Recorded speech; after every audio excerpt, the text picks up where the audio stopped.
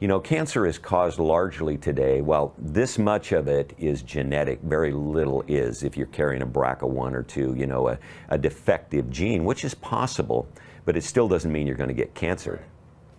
But most of it is not genetic. Most of it is actually driven by epigenetics, and that's what people need to understand. There is a difference. If genetics is your computer, if it's the hardware, then epigenetics is the software. And we all know that the software drives the hardware. It is really the brains. That's what epigenetics is, and that's what cancer is. You know, we know the right foods have always been epigenetic, always. The right raw organic foods, because they will provide the nutrients in the body that will keep all of those pathways open and moving, the methylation pathways, the enzymatic pathways, the things that really drive the body and drive the genetics as well. So the 5 things are the right diet. If you don't do the right diet, you're not going to get there. It's very difficult to get there. You can't do this much right and eat at Burger King. So it's the right diet, it's the right supplementation, it's the right water, it's the right detoxification, critical, as we talked earlier about, and exercise, and the right exercise for those people who are able to do it.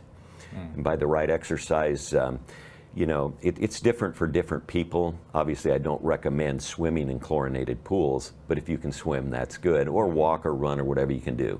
I'm 65, I'm still an active runner at my age, and it's good for me. I love it, but it's not for everyone. We have whole body vibration equipment now, which is, it is so good that it was unbelievable for us to read the research on this, and I won't go into all of it. But anyone, almost anyone, we had an ALS patient who was paralyzed. All he could move was his eyes, and we got his legs, his feet on this whole body vibration machine. And he smiled. As well as he could, you could see it in the corner of his eyes. These will help everyone if you know how to do it, what to do. They're very cost effective today. Detoxification, PIO, precision intestinal oxidative hydrotoning. No one else in the world does it except the organization that we're with up in the Seattle, Washington area, and we're trying to get more people trained. It's absolutely incredible. It floods the body with oxygen through ozone. It uses perfected water. It looks like colonic hydrotherapy to start, but it goes way beyond that. It's not typical to what anyone else is really doing, and that's why the results are stunning, truly stunning. We drink the right water because the right water, the right ionized water heals. Our bodies are electric. Our cells run at a certain millivoltage, and if they're not there, you're sick. You're acidic and you're inflamed.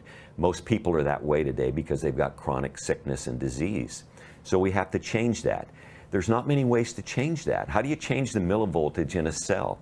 Used to be you eat a raw, vegan, organic diet because vegetables are very, very alkaline. Alkaline, millivoltage, they work together.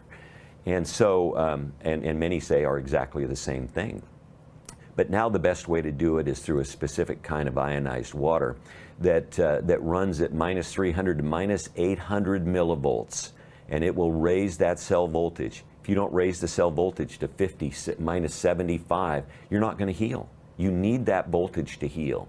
And so very few people know about that. Dr. Jerry Tennant wrote a couple books on healing is voltage. I encourage everyone to read those, and you'll understand why this ionized water, and I promote specifically Kangen water because I have not seen anything that is comparable to date. And you'll be able to understand how it works. And the common layperson can get that, and they can understand how it works, but it's incredibly important. And then the right supplementation. So we use the Relive products, we use the Purium products, we use some others because they are the best, and they're time tested now in the human body. And most cancer patients need to get more nutrition than they can. When people are very sick with cancer, they turn to comfort wherever they can find it. Sure. Most of that is in the wrong foods and the sugar. So it's very difficult for them to eat anything.